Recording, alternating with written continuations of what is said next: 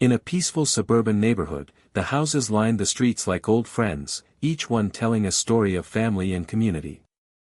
The yards were well kept, colorful flowers bloomed in gardens, and children played joyfully in the parks. At the heart of this close-knit community was the Homeowners Association, HOA, a group that helped maintain the neighborhood's charm and order. Among the HOA members was Karen, a woman known for her sharp opinions and strict adherence to rules. She believed that every blade of grass should be in its place and each home should reflect a certain standard. Her dedication to maintaining order, however, often crossed into obsession. Instead of being a positive influence, Karen became a figure of fear for some neighbors. They whispered about her tendency to nitpick every little detail, from mailbox designs to fence heights. While many residents enjoyed living in harmony, Karen's critical eye made her many enemies. She often found herself at odds with families who didn't meet her expectations. Those who dared to decorate their homes differently or let their lawns grow wild knew they might face her scrutiny. This growing tension created an undercurrent of unease in the neighborhood, setting the stage for conflicts that would soon escalate beyond mere complaints and into something much darker. Little did they know, Karen's actions would soon turn her into the very villain they feared. As time went on, Karen's dismissive attitude towards her neighbors became more pronounced. She walked the streets with an air of authority, her gaze scrutinizing every blade of grass and every misplaced decoration. Families that once felt welcomed began to feel the weight of her judgment. Karen would often stop to chat, but her conversations quickly turned into lectures about proper conduct and community standards. One afternoon, she scolded a young couple for their colorful lawn ornaments, declaring them an eyesore that ruined the neighborhood's aesthetic. The couple exchanged glances, feeling a mix of frustration and disbelief at her harsh words. They had chosen those decorations to bring joy and color into their lives, but to Karen, they were nothing more than a violation of her rigid rules. Her behavior did not go unnoticed. Other neighbors began sharing their own stories of encounters with Karen, recalling how she had berated them for trivial matters like their choice of paint colors or the height of their hedges. A sense of dread spread through the community as residents grew wary of her watchful eye. Instead of fostering a sense of belonging, Karen's actions pushed people apart. Friends became allies against her scrutiny, while others quietly resigned themselves to her judgments. This growing divide only fueled Karen's obsession with control, setting the stage for her drastic actions that would soon follow. As the tension grew in the neighborhood, Karen decided to take her obsession with control a step further. Frustrated by the families who openly defied her standards, she began crafting fake HOA violation notices. These notices claimed that neighbors had violated various community rules, even when no real infractions existed.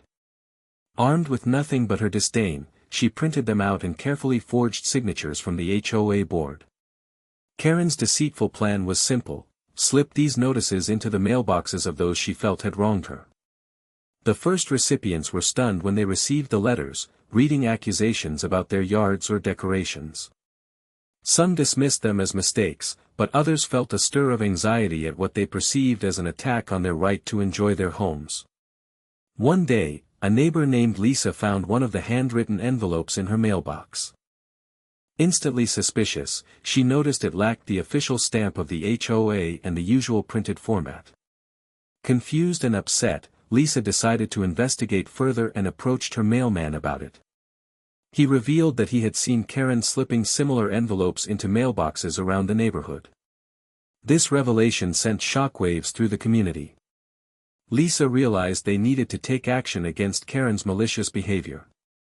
Little did they know that this would lead to an investigation by the HOA, unraveling Karen's web of lies and bringing her actions into the light.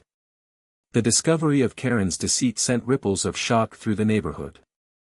Lisa, determined to get to the bottom of the situation, gathered her neighbors for a discussion about the fake notices. Together, they shared their experiences and frustrations, realizing many had received similar letters from Karen.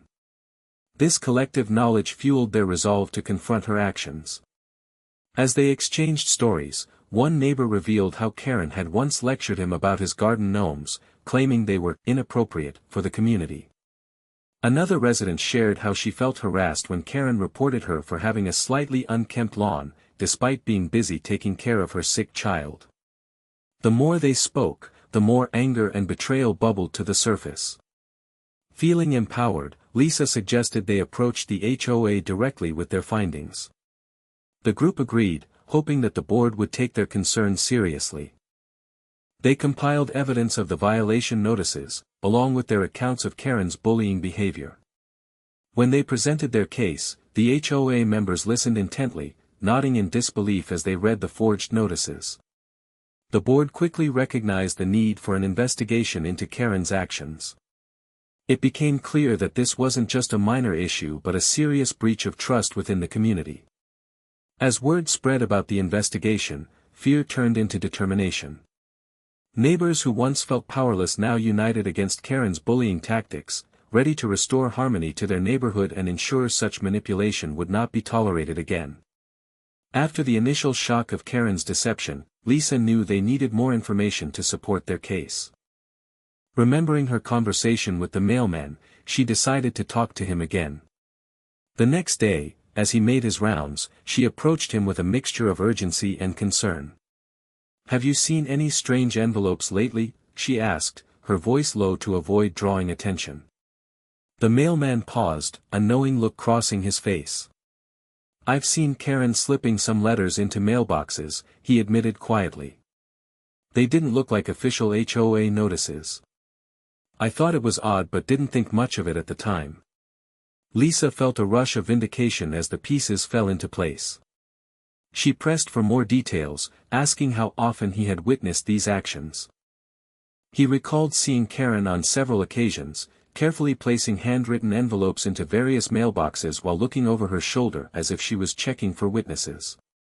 With this confirmation, Lisa knew they could take their concerns to the HOA with solid evidence. Armed with the mailman's observations and their own experiences, she gathered her neighbors once more. They decided to compile everything they had learned about Karen's manipulative tactics, presenting it alongside the mailman's testimony. The realization that they weren't alone in their struggles against Karen's behavior inspired unity among the neighbors. They felt emboldened, ready to confront not just the violation notices but also the toxic environment that had developed around Karen's obsession with control.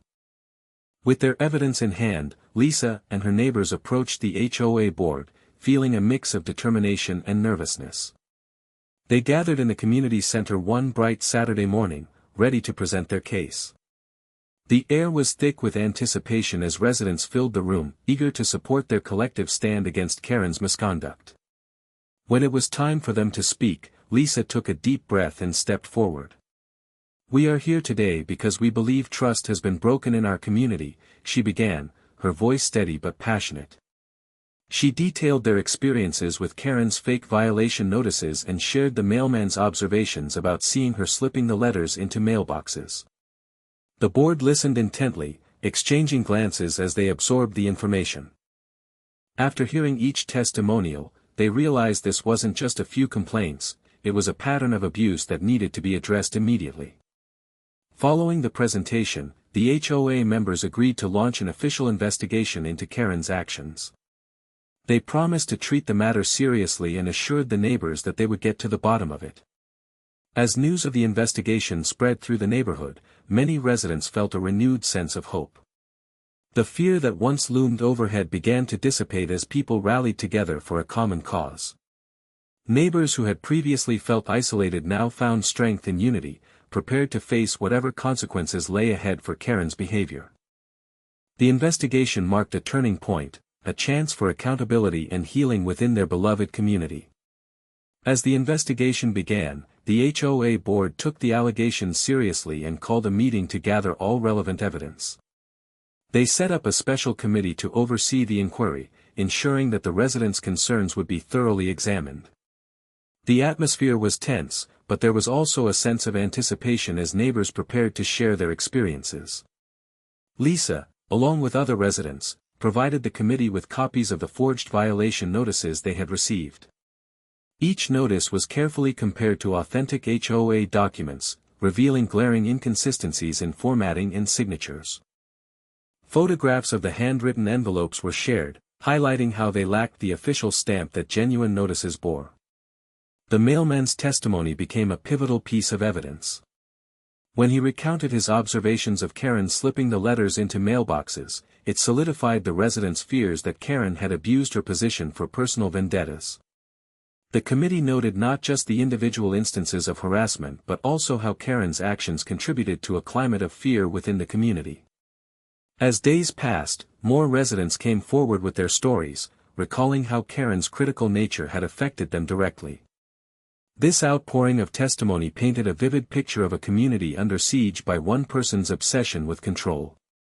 With each piece of evidence gathered, it became increasingly clear that Karen's behavior was not just an isolated incident but a systematic effort to undermine her neighbors' peace and happiness. The investigation was gaining momentum, and the prospect of finally holding her accountable brought hope to everyone involved.